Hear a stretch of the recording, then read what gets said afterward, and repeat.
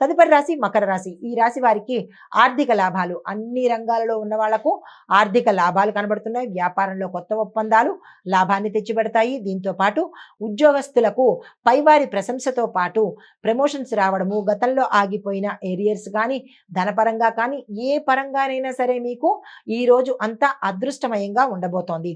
తరువాత మీకు చెప్పదగిన పరిహారము, శని భగవానుడికి కృతజ్ఞతగా మీరు నల్లని వస్త్రాలను ఎవరికైనా దానంగా ఇచ్చినట్టయితే కనుక మంచి జరిగే అవకాశం కనబడుతోంది. తదుపరి రాశి కుంభరాశి.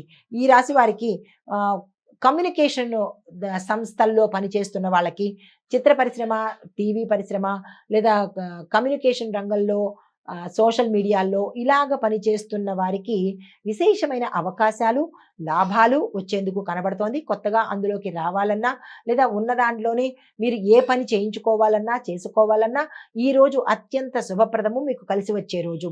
కొత్తగా స్నేహితులు కలుస్తారు, వారి ద్వారా మీకు మంచి జరిగేందుకు అవకాశాలు కనబడుతున్నాయి. కుటుంబంలో శుభకార్యాలు జరగవచ్చు. మీకు పరిహారంగా శివాలయంలో బిల్వ పత్రాలతో పూజ చేయించుకోవడము, అంటే స్వామివారికి అభిషేకం మీ పేరిట చేయించుకోవడం కానీ, లేదు అంటే బిల్వపత్రాలను స్వామివారికి సమర్పించడం కానీ చేసినట్టయితే కనుక మంచి ఫలితాలు పొందుతారు. తదుపరి రాశి మీనరాశి.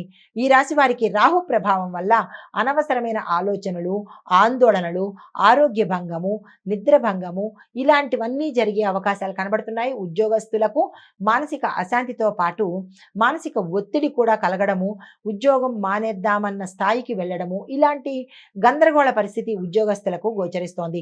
ఆధ్యాత్మికం మీద ఆసక్తి పెంచుకున్నట్టయితే కొంత మంచి జరిగే అవకాశం కనబడుతోంది. వ్యవసాయదారులకు, రాజకీయ నాయకులకు కొంత ఇబ్బందికరమైన వాతావరణం గోచరిస్తోంది. ఈ విషయంలో జాగ్రత్తలు తీసుకోండి. ఖర్చుల విషయంలో చూసినట్టయితే కనుక అనవసరమైన ఖర్చులు పెరగడము, అనవసరమైన ధన వ్యయము ఈరోజు కలుగుతుంది. దాన్ని బేరీజు వేసుకుని నియంత్రణ చేసుకున్నట్టయితే కొంత మంచి జరిగే అవకాశం ఉంది. అయితే మీకు చెప్పదగిన పరిహారము, దత్తాత్రేయ స్వామి వారికి పాలను నైవేద్యంగా పెట్టినట్టయితే మీ జాతక రీత్యా కానీ, గోచార రీత్యా కానీ జాతకంలో ఇబ్బందులు ఉంటే సానుకూలంగా తొలగిపోయి మంచి ఫలితాలు వచ్చే అవకాశం గోచరిస్తోంది. ఇది మేషాది ద్వాదశ రాశుల వారికి ఈరోజు చెప్పదగిన గోచార రీత్యా ఫలితాలు, పరిహారాలు, సూచనలు. నమస్తే.